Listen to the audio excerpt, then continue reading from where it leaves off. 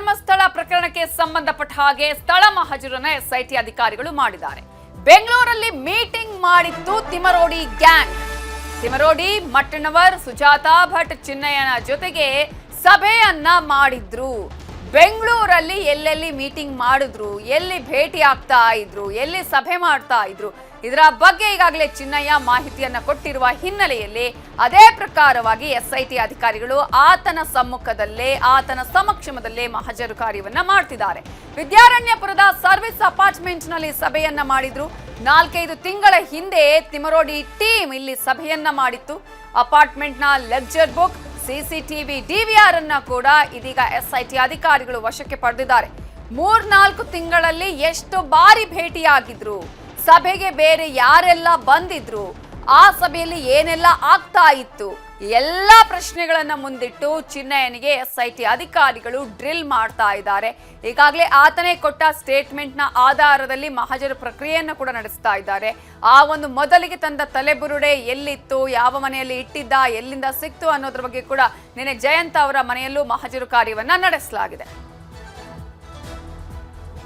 Apartment ನಲ್ಲಿ 3 ಟೀಮ್ಗಳಿಂದ ಪರಿಶೀಲನೆಯನ್ನ ಮಾಡಲಾಗಿದ್ದು, ಒಂದು ಟೀಮ್ನಿಂದ ಸಿಸಿಟಿವಿಗಳ ಪರಿಶೀಲನೆ ಆಗ್ತಾ ಇದ್ರೆ, ಮತ್ತೊಂದು ತಂಡದಿಂದ ಲೆಡ್ಜರ್ ಪರಿಶೀಲನೆಯನ್ನ ಮಾಡಲಾಗಿದೆ.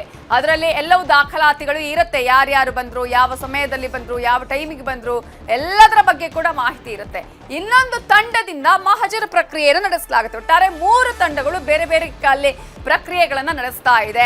ಈಗಾಗಲೇ ಸರ್ವಿಸ್ ಅಪಾರ್ಟ್ಮೆಂಟ್ ಸಿಬ್ಬಂದಿಯ ಹೇಳಿಕೆಯನ್ನ ಕೂಡ ದಾಖಲು ಮಾಡ್ಕೊಳ್ತಾ ಇದ್ದಾರೆ ಅಧಿಕಾರಿಗಳು. ಎಲ್ಲ ಪ್ರಕ್ರಿಯೆಗಳನ್ನ, ಎಲ್ಲ ಹೇಳಿಕೆಗಳನ್ನು ಕೂಡ ವಿಡಿಯೋ ರೆಕಾರ್ಡ್ ಮಾಡ್ತಾ ಇದ್ದಾರೆ. ಈಗಾಗಲೇ ಯಾವುದೇ ಪ್ರಕ್ರಿಯೆ ಆದರೂ ಕೂಡ ಅಲ್ಲಿ ವಿಡಿಯೋ ರೆಕಾರ್ಡಿಂಗ್ ಬಹಳ ಇಂಪಾರ್ಟೆಂಟ್ ಈಗಿನ ಭಾರತೀಯ ನ್ಯಾಯ ಸಂಹಿತೆಯಲ್ಲಿ ನಾವು ಗಮನಿಸ್ತಾ ಹೋಗೋದಾದ್ರೆ. ಹಾಗಾಗಿ ಎಲ್ಲಾ ದಾಖಲಾತಿಗಳು ಇರಬೇಕು ಅನ್ನುವಂತಹ ಕಾರಣಕ್ಕಾಗಿ ಎಲ್ಲ ಪ್ರಕ್ರಿಯೆಗಳನ್ನ ವಿಡಿಯೋ ರೆಕಾರ್ಡಿಂಗ್ ಮಾಡ್ಕೊಳ್ಳಲಾಗ್ತಾ ಇದೆ. 3 ತಂಡಗಳು ಬೇರೆ ಬೇರೆ ಪ್ರಕ್ರಿಯೆಗಳನ್ನ ಮಾಡ್ತಾ ಇದೆ.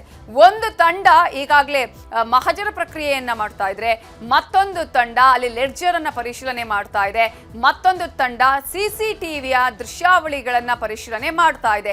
ಏನಾಯ್ತು, ಯಾರ್ಯಾರು ಬಂದಿದ್ರು ಅನ್ನೋದರ ಬಗ್ಗೆ ಮಾಹಿತಿ ಕಲೆ ಹಾಕ್ತಾ ಇದ್ರೆ, ಮತ್ತೊಂದು ಟೀಮ್ ಅಲ್ಲಿ ಲೆಕ್ಚರ್ ಬುಕ್ ಅಲ್ಲಿ ಏನೇನು ಅವ್ರು ಮೆನ್ಷನ್ ಮಾಡಿದ್ದಾರೆ, ಯಾರ್ಯಾರು ಬಂದಿದ್ರು, ಯಾವ ಸಮಯದಲ್ಲಿ ಅನ್ನೋದರ ಸಂಪೂರ್ಣ ಮಾಹಿತಿಯನ್ನ ಕೂಡ ಕಲೆ ಹಾಕ್ತಾ ಇದೆ. ಒಟ್ಟಾರೆಯಾಗಿ ಈ ಪ್ರಕರಣ ಇದೀಗ ಧರ್ಮಸ್ಥಳದಿಂದ ಬೆಂಗಳೂರುವರೆಗೂ ಕೂಡ ಬಂದಿದೆ. ಧರ್ಮಸ್ಥಳದಲ್ಲಿ ಆರಂಭವಾದಂತಹ ಪ್ರಕರಣ ಇದೀಗ ಬೆಂಗಳೂರಿನ ಬೇರೆ ಬೇರೆ ಕಡೆಗಳಿಗೂ ಕೂಡ ವಿಸ್ತಾರ ಆಗ್ತಾ ಇರೋದನ್ನ ನಾವು ಗಮನಿಸ್ತಾ ಇದ್ದೀವಿ.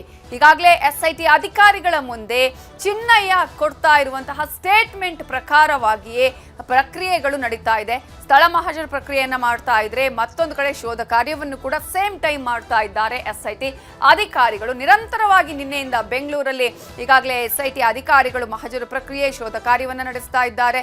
ನಿನ್ನೆ ಜಯಂತ್ ಅವರ ಮನೆಯಲ್ಲಿ ಮಾಡಿದ್ರು. ಜಯಂತ್ ಅವರ ಮನೆಯಲ್ಲಿ ಅವರ ಹೆಂಡತಿ ಮಕ್ಕಳನ್ನ ಕೂಡ ಆ ಸಂದರ್ಭದಲ್ಲಿ ಒಂದಷ್ಟು ಪ್ರಶ್ನೆಗಳನ್ನ ಎಸ್ಐಟಿ ಅಧಿಕಾರಿಗಳು ಕೇಳಿದ್ರು. ಸರ್ವಿಸ್ ಅಪಾರ್ಟ್ಮೆಂಟ್ ನಲ್ಲಿ ಇದೀಗ ಮಹಜರು ಕಾರ್ಯ ಅಂತ್ಯ ಆಗಿದೆ. ಕೆಲವು ವಸ್ತುಗಳನ್ನ ಸೀಸ್ ಮಾಡ್ಕೊಂಡು ಹೋಗಿದ್ದಾರೆ ಎಸ್ಐಟಿ ಅಧಿಕಾರಿಗಳು ಅನ್ನುವ ಅಪ್ಡೇಟ್ಸ್ ಈಗ ಸಿಗ್ತಾ ಇದೆ. ಉಳಿದ ಕಡೆ ಕೂಡ ಇವತ್ತೇ ಸ್ಥಳ ಮಹಜರು ಆಗತ್ತಾ ಅನ್ನುವ ಪ್ರಶ್ನೆ ಮಾತ್ರ ಹಾಗೆ ಇದೆ. ಕಾರಣ, ನಿನ್ನೆ ನೇರವಾಗಿ ಜಯಂತ್ ಅವರ ಮನೆಯಿಂದ ಗಿರೀಶ್ ಮಠನ್ ಅವ್ರ ಮನೆಗೆ ಬಂದು ಇವತ್ತು ಅಲ್ಲಿ ಮಹಜರು ಪ್ರಕ್ರಿಯೆಯನ್ನ ಮಾಡ್ತಾರೆ ಅಂತ ಹೇಳಲಾಗ್ತಾ ಇತ್ತು. ಆದ್ರೆ ನಿನ್ನೆ ರಾತ್ರಿ ಕೂಡ ಬೇರೆ CID ಆಫೀಸ್ಗೆ ಹೋದ್ರು. ಆ ನಂತರ ಬೇರೆ ಬೇರೆ ಕಡೆಗಳಲ್ಲಿ ಕೂಡ ಹೋದ್ರು ಎಸ್ಐಟಿ ಅಧಿಕಾರಿಗಳು ಮಾಸ್ಕ್ ಮ್ಯಾನ್ ಅನ್ನ ಕರ್ಕೊಂಡು. ಇಂತಹ ಸಂದರ್ಭದಲ್ಲಿ ಇವತ್ತು ಬೆಳಗಿನೇ ಸರ್ವಿಸ್ ಅಪಾರ್ಟ್ಮೆಂಟ್ಗೆ ಬಂದು ಅಲ್ಲಿ ಮಹಜರು ಪ್ರಕ್ರಿಯೆಯನ್ನ ಕೂಡ ಮಾಡಿದ್ದಾರೆ. ಇದು ಯಾಕೆ ಇಂಪಾರ್ಟೆಂಟ್ ಆಗಿತ್ತು ಅಂತ ಹೇಳಿದ್ರೆ, ಈ ಒಂದು ಅಪಾರ್ಟ್ಮೆಂಟ್ ನಲ್ಲೇ ಈ ಟೀಮ್ ಅಲ್ಲಿ ಸಭೆಗಳನ್ನ ಮಾಡ್ತಾ ಇತ್ತು. ಎಲ್ಲಾ ರೀತಿಯಾದಂತಹ ಷಡ್ಯಂತ್ರಗಳನ್ನ ಮಾಡೋದಕ್ಕೆ ಸ್ಕೆಚ್ ಅನ್ನ ಇದೇ ಒಂದು ಅಪಾರ್ಟ್ಮೆಂಟ್ ನಲ್ಲಿ ಮಾಡ್ತಾ ಇದ್ದಿದ್ದು. ಈ ಹಿನ್ನೆಲೆಯಲ್ಲಿ ಆತ ಹೇಳಿದಂತಹ ಸ್ಟೇಟ್ಮೆಂಟ್ ಆಧಾರದಲ್ಲೇ ಇದೀಗ ಮಹಜರು ಪ್ರಕ್ರಿಯೆಯನ್ನು ಕೂಡ ಅಲ್ಲಿ ಮಾಡಿದ್ದಾರೆ. ಎಲ್ಲಿ ಸಭೆ ಮಾಡ್ತಾ ಇದ್ರು, ಎಲ್ಲಿ ಉಳ್ಕೊಳ್ತಾ ಇದ್ರು, ಇಲ್ಲಿ ಎಷ್ಟು ಬಾರಿ ಬಂದಿದ್ರು ಅನ್ನೋದ್ರ ಬಗ್ಗೆ ಕೂಡ ಮಾಹಿತಿಯನ್ನ ಪಡ್ಕೊಳ್ತಾ ಇದ್ರು.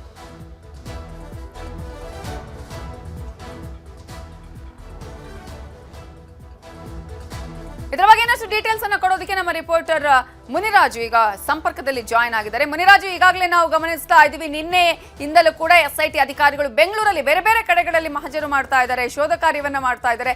ಇದೀಗ ಸರ್ವಿಸ್ ಅಪಾರ್ಟ್ಮೆಂಟ್ ನಲ್ಲಿ ಶೋಧ ಕಾರ್ಯ, ಮಹಜರು ಎಲ್ಲ ಮುಗೀತಾ, ಏನೇನು ತಗೊಂಡು ಹೋಗಿದ್ದಾರೆ, ಆತ ಏನೆಲ್ಲ ಈ ಒಂದು ಸರ್ವಿಸ್ ಅಪಾರ್ಟ್ಮೆಂಟ್ ನಲ್ಲಿ ಬಾಯ್ ಬಿಟ್ಟಿದ್ದಾನೆ ಈ ವಿಚಾರಗಳನ್ನ? ನವಿತಾ, ಈಗಾಗಲೇ ವಿದ್ಯಾರಣ್ಯಪುರ ಬಳಿ ಇರುವಂತಹ ಒಂದು ತಿಂಡ್ಲುವಿನ ಒಂದು ಸರ್ವಿಸ್ ಅಪಾರ್ಟ್ಮೆಂಟ್ ಏನಿದೆ, ಈ ಒಂದು ಅಪಾರ್ಟ್ಮೆಂಟ್ ನಲ್ಲಿ ಸುಮಾರು 9 ಗಂಟೆಗಳ ಕಾಲ SIT ಅಧಿಕಾರಿಗಳು ಒಂದು ತಪಾಸಣೆ ಮಾಡಿ ಒಂದು ಮಹಜರು ಪ್ರಕ್ರಿಯೆ ಕೂಡ ನಡೆಸಿರೋದು. ಏನು ಆರೋಪಿ ಚಿನ್ನಯ್ಯರ ಜೊತೆ ಈ ಒಂದು ಸರ್ವಿಸ್ ಅಪಾರ್ಟ್ಮೆಂಟ್ ನಲ್ಲಿ ಕೆಲವರು ಭೇಟಿಯಾಗಿ ಒಂದು ಮಾತುಕತೆಯನ್ನ ಮಾಡ್ತಾ ಇದ್ರು. ಮತ್ತೆ ಆ ಒಂದು ಬುರುಡೆ ವಿಚಾರಕ್ಕೆ ಸಂಬಂಧಪಟ್ಟಂತೆ ಚರ್ಚೆಗಳು ಕೂಡ ಆಗ್ತಾ ಇತ್ತು ಅಂತ ಹೇಳಿ ಒಂದು ಮಾಹಿತಿ ಕೂಡ ಸಿಕ್ಕಿರುತ್ತೆ. ಈ ಒಂದು ಮಾಹಿತಿ ಆಧಾರದ ಮೇಲೆ ಈಗ SIT ಅಧಿಕಾರಿಗಳು ಆರೋಪಿಯನ್ನ ಈ ಒಂದು ಸರ್ವಿಸ್ ಅಪಾರ್ಟ್ಮೆಂಟ್ ಗೆ ಕರ್ಕೊಂಡು ಬಂದು ಮಹಜರು ಮತ್ತೆ ತಪಾಸಣೆ ಮಾಡುವ ಕೆಲಸವನ್ನು ಕೂಡ ಮಾಡಿದ್ದಾರೆ. ಮತ್ತೆ ಈ ಒಂದು ಅಪಾರ್ಟ್ಮೆಂಟ್ ನ ಒಂದು ಲೆಕ್ಚರ್ ಬುಕ್ ಏನಿದೆ ಅದನ್ನ ಕೂಲಂಕುಷವಾಗಿ ಒಂದು ತಂಡ ಪರಿಶೀಲನೆ ಮಾಡಿರೋದು. ಯಾಕಂದ್ರೆ ಕಳೆದ 3-4 ತಿಂಗಳ ಹಿಂದೆ ಈ ಒಂದು ಅಪಾರ್ಟ್ಮೆಂಟ್ ಗೆ ಭೇಟಿ ಕೊಟ್ಟಿರ್ತಾರೆ. ಆ ಒಂದು ಸಂದರ್ಭದಲ್ಲಿ ಯಾರ ಹೆಸರಲ್ಲಿ ರೂಮ್ ಅನ್ನ ಬುಕ್ ಮಾಡಲಾಗಿತ್ತು, ಮತ್ತೆ ಎಷ್ಟು ಜನ ಆ ಒಂದು ರೂಮ್ ಗೆ ಬರೋದಕ್ಕೆ ಒಂದು ಬುಕ್ಕಿಂಗ್ ಆಗಿತ್ತು ಅನ್ನೋದ್ರ ಬಗ್ಗೆ ಕೂಡ ಒಂದು ಪರಿಶೀಲನೆ ಮಾಡಿದ್ದಾರೆ. ಇನ್ನ ಉಳಿದಂತೆ CCTV ದೃಶ್ಯಗಳನ್ನು ಕೂಡ ಈಗ SIT ಅಧಿಕಾರಿಗಳು ಪರಿಶೀಲನೆ ಮಾಡಿರೋದು. ಯಾಕಂದ್ರೆ ಪ್ರತಿಯೊಂದು ಏನು ಸರ್ವಿಸ್ ಅಪಾರ್ಟ್ಮೆಂಟ್ ಗೆ ಬಂದಾಗ ಎಲ್ಲವೂ ಕೂಡ CCTV ರೆಕಾರ್ಡ್ ಆಗಿರುತ್ತೆ. ಆ ಒಂದು ದೃಶ್ಯಗಳಲ್ಲಿ ಯಾರ್ಯಾರು ಇದ್ರು ಅನ್ನೋದು ಕೂಡ ಕೂಲಂಕುಷವಾಗಿ ಗೊತ್ತಾಗುತ್ತೆ. ಅದರಿಂದ ಆ ಒಂದು ಫೂಟೇಜ್ ಇದೆಯಾ ಅಥವಾ ಅದು ಡೆಲೀಟ್ ಆಗಿದ್ರೆ ಅಥವಾ ಸ್ಟೋರೇಜ್ ಆಗಿದೆ ಅನ್ನೋದ್ರ ಬಗ್ಗೆ ಮಾಹಿತಿಯನ್ನ ಪಡೆದು, ಒಂದು ವೇಳೆ ಅದು ಡೆಲೀಟ್ ಆಗಿದ್ರೆ ಒಂದು DVR ಅನ್ನು ಕೂಡ ಈಗಾಗಲೇ ವಶಕ್ಕೆ ಪಡೆದು ಪರಿಶೀಲನೆ ಮಾಡುವಂತ ಕೆಲಸವನ್ನು ಕೂಡ ಮಾಡಿದ್ದಾರೆ. ಇನ್ನು ಉಳಿದಂತೆ ಈಗಾಗಲೇ ಸುಮಾರು 9 ಗಂಟೆಗಳ ಕಾಲ ನಿರಂತರವಾಗಿ ಪರಿಶೀಲನೆ ಮತ್ತೆ ತಪಾಸಣೆ ಕೂಡ ಆಗಿದೆ. ಆ ನಂತರ ಇಲ್ಲಿ ಮಹಜರು ಪ್ರಕ್ರಿಯೆಯನ್ನು ನಡೆಸಿ ಕೆಲವು ವಸ್ತುಗಳನ್ನ ಕೂಡ ಈಗ SIT ಅಧಿಕಾರಿಗಳು ತಮ್ಮ ವಶಕ್ಕೆ ಪಡ್ಕೊಂಡು ತೆರಳಿರೋದು. ಈಗ ಅವರು ನೇರವಾಗಿ ವಿದ್ಯಾರಣ್ಯಪುರದಿಂದ ಏನು ಸಹಕಾರ ನಗರ ಕಡೆ ಹೋಗುವಂತ ಮಾರ್ಗದಲ್ಲಿ ಈಗ ಹೋಗ್ತಾ ಇದ್ದಾರೆ. ನವಿತಾ, ಅಂದ್ರೆ ಇವತ್ತು ಹಾಗಾದ್ರೆ ಗಿರೀಶ್ ಮಟ್ಟಣ್ಣ ಅವರ ಮನೆಯಲ್ಲಿ ಈಗ ಮಹಜರು ಕಾರ್ಯ ಮಾಡುವಂತಹ ಸಾಧ್ಯತೆಗಳು ಕಾಣಿಸ್ತಾ ಇದೆಯಾ, ಹೇಗೆ ಮುನಿರಾಜು? ನವಿತಾ, ಈಗಾಗಲೇ ಅದೇ ಮಾರ್ಗವಾಗಿ ಈಗ SIT ಅಧಿಕಾರಿಗಳು ಕೂಡ ಹೋಗ್ತಾ ಇರೋದ್ರಿಂದ ಬಹುತೇಕ ಗಿರೀಶ್ ಮಟ್ಟಣ್ಣನವರ ವಾಸ ಇರುವಂತಹ ಒಂದು ಫ್ಲಾಟ್ ಏನಿದೆ ಆ ಒಂದು ಫ್ಲಾಟ್ ಗೆ ತೆರಳುವಂತ ಸಾಧ್ಯತೆ ಕೂಡ ಇದೆ. ಯಾಕಂದ್ರೆ ಈ ಒಂದು ಫ್ಲಾಟ್ ನಲ್ಲಿ ಆರೋಪಿ ಚಿನ್ನಯ್ಯ ಮತ್ತೆ ಮಟ್ಟಣ್ಣನವರು ಭೇಟಿಯಾಗಿರುವಂತಹ ಬಗ್ಗೆ ಒಂದು ಮಾಹಿತಿ ಇರೋದ್ರಿಂದ ಅಲ್ಲಿ ಹೋಗಿ ಒಂದು ಮಹಜರು ಮಾಡುವಂತದ್ದು ಮತ್ತೆ ಪರಿಶೀಲನೆ ಮಾಡುವಂತ ಕೆಲಸವನ್ನು ಕೂಡ SIT ಅಧಿಕಾರಿಗಳು ಮಾಡ್ತಾರೆ. ಸುಮಾರು 20ಕ್ಕೂ ಹೆಚ್ಚು ಅಧಿಕಾರಿ ಮತ್ತೆ ಸಿಬ್ಬಂದಿಗಳು ಈ ಒಂದು ಮಹಜರು ಪ್ರಕ್ರಿಯೆಯಲ್ಲಿ ಭಾಗಿಯಾಗಿದ್ದು, ಎಲ್ಲರೂ ಕೂಡ ಒಂದು ಪ್ರತ್ಯೇಕವಾಗಿ ಒಂದೊಂದು ತಂಡಕ್ಕೆ ಒಂದೊಂದು ಕೆಲಸವನ್ನು ಕೂಡ ಇಲ್ಲಿ ನಿಯೋಜನೆ ಮಾಡಿದ್ದು, ಅದನ್ನ ಕೂಲಂಕುಷವಾಗಿ ಮಾಡಿ ಒಂದು ವರದಿಯನ್ನು ತಯಾರಿ ಮಾಡುವಂತ ಕೆಲಸವನ್ನು ಕೂಡ ಈಗ ಮಾಡ್ತಾ ಇದ್ದಾರೆ. ನವಿತಾ, ಓಕೆ ಮುನಿರಾಜು, ಈಗಾಗಲೇ ನಾವು ನಿನ್ನೆ ಗಮನಿಸಿದ್ವಿ ಜಯಂತ್ ಅವರ ಮನೆಯಲ್ಲಿ, ಆಮೇಲೆ ರಾತ್ರಿ ಬೇರೆ ಬೇರೆ ಕಡೆಗಳಿಗೂ ಕೂಡ ತೆರಳಿದ್ರು ಆತನನ್ನು ಕರ್ಕೊಂಡು. ಆ ನಂತರ ಈಗ ಬೆಳಗ್ಗೆನೆ ಇವತ್ತು ಸರ್ವಿಸ್ ಅಪಾರ್ಟ್ಮೆಂಟ್ ಕೂಡ ಬಂದಿದ್ರು. ಈಗ ಇನ್ನು ಉಳಿದಂತೆ ಎಲ್ಲೆಲ್ಲಿ ಈಗ ಮಹಜರು ಮಾಡುವಂತಹ ಸಾಧ್ಯತೆಗಳು ಕಾಣಿಸ್ತಾ ಇದೆ? ಬೇರೆ ಬೇರೆ ಕಡೆಗಳಲ್ಲಿ ಏನಾದರೂ ಸಭೆಗಳು ಆಗಿರುವಂತಹ ಒಂದು ವೇಳೆ ಸಾಧ್ಯತೆಗಳಿದ್ರೆ ಅಲ್ಲೂ ಕೂಡ ಇವತ್ತೇ ಮಹಜರು ಆಗುವ ಪ್ರಕ್ರಿಯೆಗಳು ನಡೀಬಹುದಾ, ಹೇಗೆ? ನವಿತಾ, ಈಗಾಗಲೇ ಬೆಂಗಳೂರಿಗೆ ಸಂಬಂಧಪಟ್ಟಂತೆ 3 ಸ್ಥಳಗಳಲ್ಲಿ ಮಹಜರು ಮಾಡುವಂಥದ್ದು ಮತ್ತೆ ತಪಾಸಣೆ ಮಾಡುವಂತ ಕೆಲಸವನ್ನ SIT ಅಧಿಕಾರಿಗಳು ಹಮ್ಮಿಕೊಂಡಿದ್ರು. ಅದಕ್ಕೆ ಸಂಬಂಧಪಟ್ಟಂತೆ ಮೊದಲಿಗೆ ಅವರು ಎಲ್ಲೆಲ್ಲಿ ಮಾಡಬೇಕು ಮತ್ತೆ ಯಾವ್ಯಾವ ಲೊಕೇಶನ್ ಅದನ್ನು ಕೂಡ ಒಂದು ಎಲ್ಲವನ್ನು ಕೂಡ ಮಾರ್ಕ್ ಮಾಡಿ ಒಂದು ಪಾಯಿಂಟ್ ಅನ್ನ ಮಾಡಿರ್ತಾರೆ. ಮೊದಲಿಗೆ ಜಯಂತ್ ಮನೆಯಲ್ಲಿ ಮಾಡಬೇಕು ಅಂತೇಳಿ ಒಂದು ಪ್ಲಾನ್ ಅನ್ನ ಮಾಡ್ಕೊಂಡಿರ್ತಾರೆ. ಅದೇ ರೀತಿಯಾಗಿ ನಿನ್ನೆ ಜಯಂತ್ ಮನೆಯಲ್ಲಿ ಸುಮಾರು 7 ಗಂಟೆಗಳ ಕಾಲ ಒಂದು ಮಲ್ಲಸಂದ್ರದ ಅವರ ಮನೆಯಲ್ಲಿ ತಪಾಸಣೆ ಮಾಡಿ ಒಂದು ಮಹಜರು ಪ್ರಕ್ರಿಯೆಯನ್ನು ಕೂಡ ಮಾಡಿದ್ದಾರೆ. ಇದೀಗ 2ನೇ ಪಾಯಿಂಟ್ ಆಗಿ ಏನು ಈ ಒಂದು ಸರ್ವಿಸ್ ಅಪಾರ್ಟ್ಮೆಂಟ್ ಅನ್ನ ಒಂದು ಚೂಸ್ ಮಾಡಿರ್ತಾರೆ. ಅಲ್ಲಿ ಕೂಡ ಒಂದು ಸಾಕಷ್ಟು ಬಾರಿ ಅವರು ಸಭೆಗಳನ್ನ ಸೇರಿರುವಂತದ್ದು ಮತ್ತೆ ಬುರುಡೆ ವಿಚಾರಕ್ಕೆ ಸಂಬಂಧಪಟ್ಟಂತೆ ಚರ್ಚೆಗಳನ್ನು ಕೂಡ ಮಾಡಿದ್ರು ಅನ್ನೊಂದು ವಿಚಾರ ಗೊತ್ತಾಗಿರುತ್ತೆ. ಅಲ್ಲಿ ಕೂಡ ಈಗಾಗಲೇ ಮಹಜರು ಪ್ರಕ್ರಿಯೆ ಮುಗಿದಿದೆ. ಈಗ ಅವರು ನೇರವಾಗಿ ಸಹಕಾರ ನಗರ ಕಡೆ ಹೋಗ್ತಾ ಇರೋದ್ರಿಂದ ಬಹುಶಃ ಏನು ಗಿರೀಶ್ ಮಟ್ಟಣ್ಣನವರವರು ಮನೆಗೆ ಹೋಗಿ ಅಲ್ಲಿ ಕೂಡ ಮಹಜರು ಮಾಡುವಂತ ಸಾಧ್ಯತೆಗಳು ಇದೆ. ಅದರಿಂದ ಈಗ ಏನು ವಿದ್ಯಾರಣ್ಯಪುರ ಮಾರ್ಗವಾಗಿ ಸಹಕಾರ ಕಡೆ ಏನು ರಸ್ತೆ ಹೋಗುತ್ತೆ ಆ ಒಂದು ಮಾರ್ಗದಲ್ಲಿ ಕೂಡ ಈಗ ಹೋಗ್ತಾ ಇರೋದು. ಬಹುತೇಕ 3ನೇ ಪಾಯಿಂಟ್ ಆಗಿ ಅಲ್ಲಿ ಕೂಡ ಒಂದು ಮಹಜರು ಮಾಡುವಂತ ಸಾಧ್ಯತೆ ಇದೆ. ಒಂದು ಸಂಜೆ ಒಳಗಡೆ ಬೆಂಗಳೂರಿನ ಎಲ್ಲ ಕಡೆ ಒಂದು ಮಹಜರು ಮತ್ತೆ ಒಂದು ತಪಾಸಣಾ ಕೆಲಸಗಳನ್ನ ಮುಗಿಸಿ ಬಹುತೇಕ ಇವತ್ತು ಸಂಜೆ ಅವರು ಬೆಳ್ತಂಗಡಿ ಕಡೆಗೆ ಒಂದು ಪ್ರಯಾಣ ಬೆಳೆಸುವಂತ ಸಾಧ್ಯತೆಗಳು ಕೂಡ ಇರೋದು. ಯಾಕಂದ್ರೆ ನಾಳೆ ಆರೋಪಿ ಚಿನ್ನಯ್ಯನ ಒಂದು SIT ಕಸ್ಟಡಿ ಕೂಡ ಅಂತ್ಯ ಆಗ್ತಾ ಇರೋದ್ರಿಂದ ನಾಳೆ ಸಂಜೆ ಒಳಗಡೆ ಆತನನ್ನ ಕೋರ್ಟ್ನ ಮುಂದೆ ಕೂಡ ಹಾಜರುಪಡಿಸಬೇಕಾಗುತ್ತೆ. ಅದರಿಂದ ಬಹುತೇಕ ಇವತ್ತೇ ಬೆಂಗಳೂರಿನ ಎಲ್ಲಾ ಮಹಜರು ಕಾರ್ಯಗಳನ್ನ ಮುಗಿಸಿ ನಾಳೆ ಆತನನ್ನ ಕೋರ್ಟ್ಗೆ ಹಾಜರುಪಡಿಸೋದಕ್ಕೆ ಬೇಕಾದ ಸಿದ್ಧತೆಗಳನ್ನ ಈಗ ಮಾಡ್ಕೊಳ್ತಾ ಇದ್ದಾರೆ. Navitha, thank you Muniraju ಡೀಟೇಲ್ಸ್ಗೆ.